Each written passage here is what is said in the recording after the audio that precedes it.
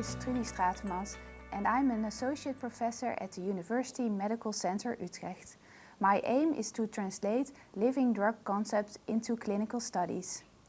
Living drugs consist of fully functional cells to treat specific diseases like cancer or autoimmune disorders. They are an effective tool to restore or repair tissue or even organs. CAR T cells, which are used for the treatment of a certain type of blood cancers, are a great example of living drugs that are already approved as medicines. The technologies in this field are rapidly progressing.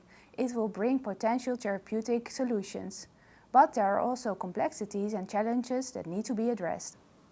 The question now is, can we make these promising and potentially curative medicines available for each patient?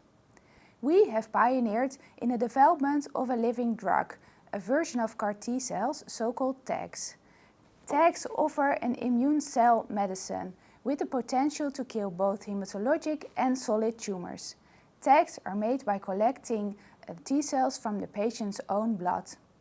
Those cells are then modified to express a tumor-specific immune receptor.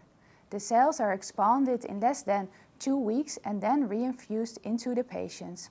At UMC Utrecht, we are running the phase 1 clinical trial. I believe that collaborations are crucial for success. We have to work closely together as scientists, clinicians, engineers, pharmacists, regulatory agencies, patient organizations and policymakers. Within UMC Utrecht and at the national level, I'm building innovative infrastructure where these experts can work closely together.